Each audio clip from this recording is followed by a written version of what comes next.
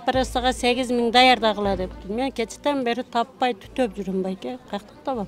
8.000 сом таппай, Кесировага кесүү жолу менен төрөтүүгө акча таппай, монтип сарсанаа болуп турган жагдай экен да. Билебаңыз, сөзү эми азыр мындай кылалы. Азыр 1 сом бербей төрөтөбүз. Биз келиңизде. Каякта болбойт, ким айтты? Келиңиз бул жерге. Мен болбосо кирбейм, эже. Мага үйрөтпөй эле койгулачы. Биз бул жакка тийиштүү вопросторубуз бар сизге.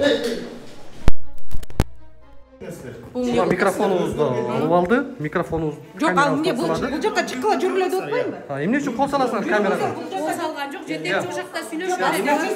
Жетекчинин жанында мен көрдүм. Камераны көрдүңүзбү муну талкалап атканды? Эурелүү болсоң деле бар акчага сатып алат экенсиң бул жерденчи. Канча берейин, ыраазы болуп дедим. 1000 сом берейин десем, 4000 деди. 4000 мен бере албайм десем, 3000 бер деп туруп алдычы. А болуптур эми. Аты жөнү ким экен анын? Аты Айнур экен. Азыр төрөп чыктыңызбы сиз? Жок, мен эжем төрөп чыкты. Аха. Булар вообще акча жейт. Акчага алып, акчага бербесе карабайт экен да. Саат 2-де келгенбиз. Түнкү саат 12 чейин кыйналдым го. Төрөт бөлмөсү менен төрөт үйүнүн айырмасы бар, ошону билип алгыла. Силер төрөт бөлмөнү жүзүңөргө кармап, жарандарды мындай заблуждениеге салбагыла. Биз төрөт үйүнө келип атабыз. Төрөт бөлмөгө кирген жокпуз. Анда биз о өмүр бөлү трамес иштеп келатат экенбиз да. Доорога деп алган 4,5 миң пулду ким кайтарып берет? Муну эжеден 4,5 миң сом алыпсыңар. Монда киргенге мен алган эмесмин. Барын сырттан сатып алат экенсиң, дарылар өзүндө жок болот экен. Парацетамол жок болгондон калган дарыларды сатып аласың да. Ош облустук төрөт үйүндө дары жок экен. Урматтуу министр. Жашырып аткан, бизден качып аткан сыр мына ушул коридордо болот, анткени эмне үчүн көп жаранды мындайча айтканда залды эле жарандарды жаткызып койду. Төрөт үйүндө коридорго жатканга мыйзам жол береби? Эми коридору жарык болсо, коридорундагы шарты туура келсе, аялдарды көчөгө алып чыгып жаткыра албайбыз да, туура. Бул жакта жаран жолуга албай атат, жаран өзүнүн кызына жолуга албай атат. Силер майып кылып коюп турсуңар. Буякта турат. Ошол 8.000 болот экен, анан үйдөгүлөр менен сүйлөшүп, 8.000 болсо дагы операция менен төрөтүп алабыз дешти үйдөгүлөр. Үйдөгүлөрбү? Атайын улуттук коопсуздукка жата турган бир жабык мекеме эмес, өзүнчө түрмө эмес, изолятор болуп ал жакта изоляция кылгандай.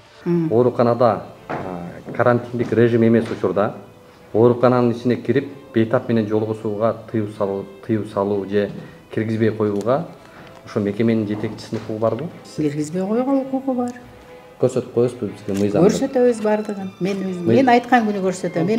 Мен азыр уже жумуш күнү бүттү дедим өзүм. Жумуш убактысында сен да менин укугумду бузуп атасың. Ошон үчүн кечирим сурайм. Жумуш убактысы бүттү. Калган жолукканда сүйлөшөбүз.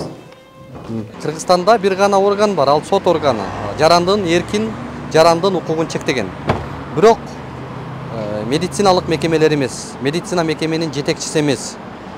Ошол жердин главврачында андай ыйгарым укук жок.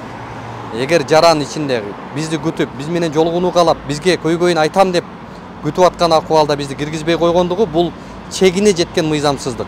Сизден акча сурап атышабы? Союнчуга 1300 сом кетти. Каягынан алды? Мына каерде? Бересиң деп алыштыбы сизден? 800 берсем аз дейт. Качан? 3 күн алды. 3 күн алды. Тергөөчүлөр, Неге жагдай ушундай эмне фиксирует айтпадыңыз? атасыздарбы? Эгерде тастыктала турган болсо, керектүү өзүнүн жазасын алат. Качып аткандыгыңыздын сыры эми ачыктала баштадыбы? Эмне деп качтым? Мен сизди киргизбей айткан. Мен сизди качкан жокмун. Үстүндө бизди күтүп атат бир Кирсе жаран. болбойт. Жок, ал жаранды кааласаңыздар чыгарып беребиз. Ал буту басалбайт экен, басалбайт. Басалбаган. Буту менен келип басалбай калыптыр. Коляскага түшүп калды. Мен жакшы акча бербегеним үчүн ушинтип калдымбы деп өзүм дагы күнөөлөнүп жатам.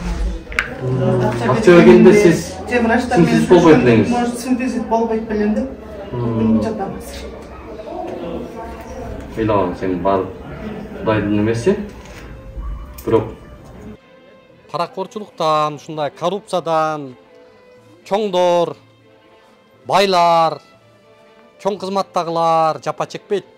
Мына ушундай карапайым аймактарда жашаган бечаралар, таанышы тунушу жоктор, акчасы жоктор, ошо паракорчулуктун курмандыгы болуп атат да. Башка вуздарда бар биздечи. Ошондо эмне кылалы биз эми? Ушул жерди жалдырап кала беребизби?